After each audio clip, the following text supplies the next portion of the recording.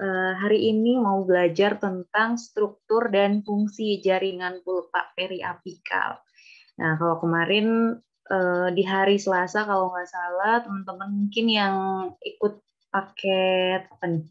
Paket elit ya.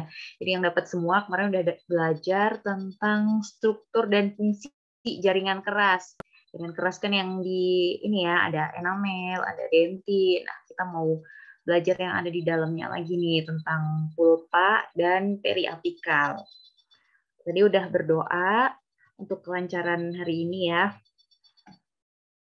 Nah, untuk learning point-nya nanti kita paling tidak minimal mengetahui struktur dan anatomi dari pulpa normal, terus mengetahui fungsi dari jaringan pulpa, dan mengetahui jaringan periradikular yang normal itu seperti apa. Gitu. Nah, kita balik lagi nih ke gambar ini. Pasti teman-teman udah nggak asing banget ya sama yang seperti ini. Ini udah mungkin dari ospek udah suruh gambar kayak gini nih. Jadi ini pasti udah tahu banget. Yang bagian terlihat ini ada crown, mahkota. Terus yang nggak terlihat ada akar gigi, root. Ini yang kemarin teman-teman udah bahas, jaringan kerasnya di gigi itu ada enamel, terus ada dentin. Ini enamel biasanya ketebalannya sekitar 2-3 mm, dentin bisa sampai 3,5 mm ya. Terus hari ini yang mau kita belajarin yaitu tentang pulpa. Gitu. Pulpa tuh yang ini ya, jadi pulpa yang di tengah-tengahnya gigi. Terus poin kedua nanti yang kita bahas yaitu periradikular. Nah, periradikular itu dari peri itu kan sekeliling, radikular itu akar, jadi jaringan yang mengelilingi atau ada di sekitar akar ini. Nah, kira-kira ada apa aja sih? Nih, di sini yang pertama ada sementum, mungkin kemarin juga udah sempat dibahas ya, sementum. Terus habis itu di sini ada ligamen periodontal. Terus yang ini tulang alveolar. Nah, nanti kita mau bahas satu-satu, mulai dari si pulpa dulu. Nah, teman-teman harus tahu dulu nih, kenapa kok kita harus belajar tentang ini gitu. Kenapa sih ini penting walaupun misalnya itu cuma dasar gitu ya. Jadi kalau misalnya kayak nanti teman-teman udah praktek gitu ya, dari koas dulu deh gitu buat nentuin diagnosis pasien itu nanti akan beda banget kalau misalnya pasien itu giginya lubang cuma sebatas sampai enamel, sampai dentin, dan sampai kedalamannya udah sampai pulpa, pasti treatment yang diberikan nanti akan berbeda. Nah, makanya kita harus ngenalin lesi pada pasien itu udah cuma sampai enamel kah, atau pulpa, atau sebenarnya udah sampai dentin, atau sebenarnya udah sampai ke pulpa gitu. Karena di bagian yang paling krusial di gigi itu sebenarnya pulpa, karena di sini ini banyak saraf-sarafnya, banyak pembuluh darah gitu, dan gigi itu bisa dibilang dia masih hidup atau dia masih vital. Nah, kalau suplai suplai nutrisi dari pembuluh darahnya itu masih ada ke sini. Seperti itu. Oke, kita lanjut. Nah, kita masuk ke materi. Di sini pulpa gigi. Pulpa gigi adalah jaringan lunak yang terletak di tengah-tengah gigi sebagai jaringan pembentuk. Di sini dibilang pembentuk, penyokong, dan merupakan bagian integral dari dentin yang mengelilingnya. Nah, kenapa kita sebutnya dia pembentuk? Yang pertama, karena di sini si pulpa itu memiliki fungsi membentuk odontoblas, gitu, membentuk pembentuk, gitu. Jadi yang harus teman-teman tahu di bagian pulpa ini ya pulpa. Nah, di bagian tepi-tepinya ini, di sini ada sel-sel odontoblas.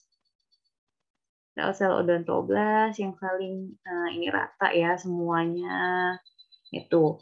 Nah, di mana sel-sel odontoblas ini fungsinya yaitu untuk membentuk atau formatif dentin. Dentin, tulisannya jelek banget. Jadi odontoblas itu fungsinya untuk membentuk dentin. Nah, tuh, tahu kan dentin yang ini ya. Nah, dan pembentukan dentin ini berjalan seumur hidup kita selama gigi kita itu masih hidup. Atau kalau kita lagi ngelakuin pemeriksaan ke pasien, itu bilangnya gigi kita masih dalam kondisi vital. Nah, gigi yang vital itu gimana?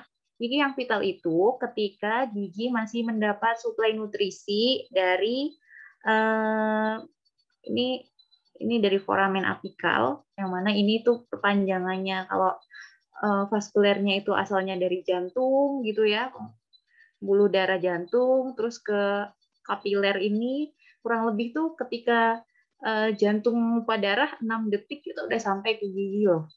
Gitu. Jadi selama masih mendapat suplai darah ini dari foramen apikal, terus semua di pulpa ini masih mendapat suplai, mendapat nutrisi, itu jadi gigi ini dikatakan masih hidup, masih vital. Nah, kalau enggak, berarti ya gigi itu udah mati. Kalau kita bilangnya gigi sudah dalam keadaan non-vital. Kalau gigi sudah dalam keadaan non-vital, artinya dia sudah tidak bisa lagi membentuk yang namanya odontoblas, sel-sel odontoblas, sel-sel yang khas berada di pulpa, di tepian. Jadi dia sudah tidak bisa membentuk lagi dentin. Nah, biasanya gigi yang non-vital ini ada cirinya nih. Kalau misalnya teman-teman ngelihat gigi temennya nih, ada satu gigi yang warnanya lebih kekuningan atau lebih kecoklatan. Terus itu kamu giginya kenapa gitu? Ternyata ditanya habis kepentok meja gitu, habis kejedot. Nah, itu bisa menyebabkan salah satunya gigi tersebut jadi mati, nekrosis gitu, non-vital.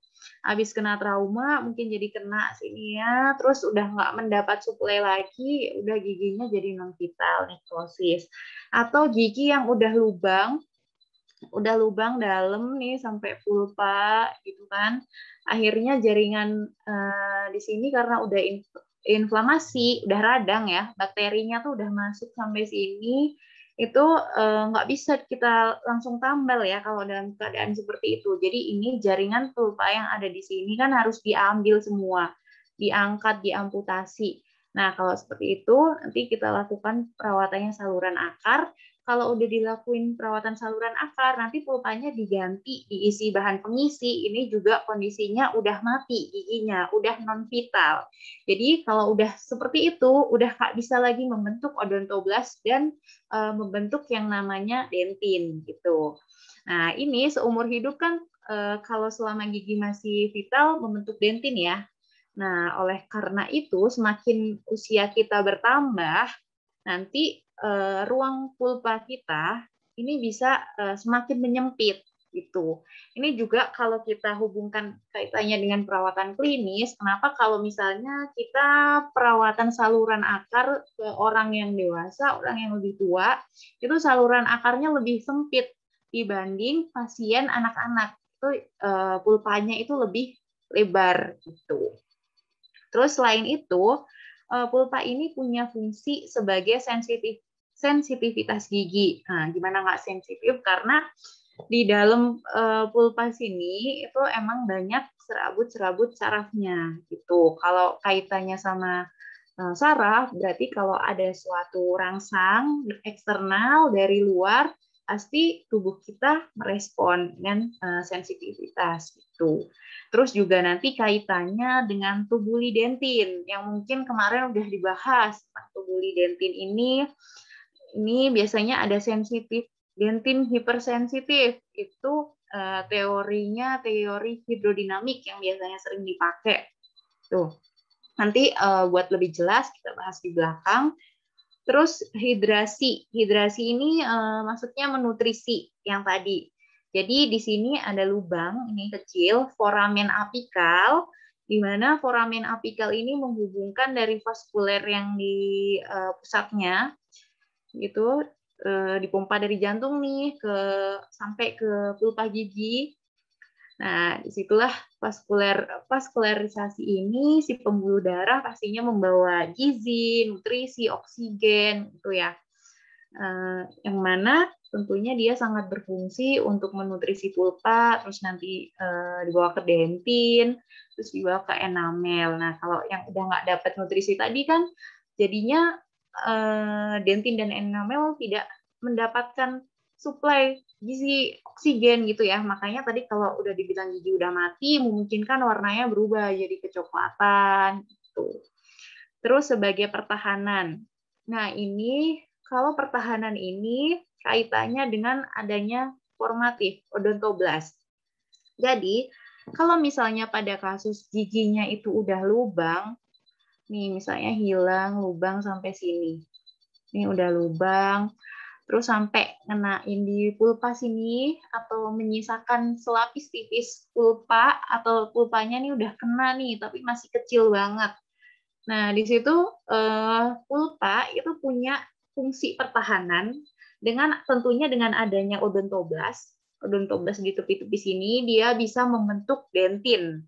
Nah, ini dentin kalau lagi cedera seperti ini kita sebutnya dentin reparatif atau dentin tersier. Itu. Nah, dentin tersier ini untuk membantu ya pertahanan supaya pulpa masih bisa terlindungi gitu. Terus biasanya kalau kita secara klinis tuh ada perawatan pulp capping di mana nanti kita ngasih bahan capping, biasanya kalsium hidroksida ditaruh di sini untuk menstimulus dari pembentukan dentin reparatifnya gitu. Ini terlalu kejauhan ya untuk teman-teman maba, aku ulangi pelan-pelan nanti ya.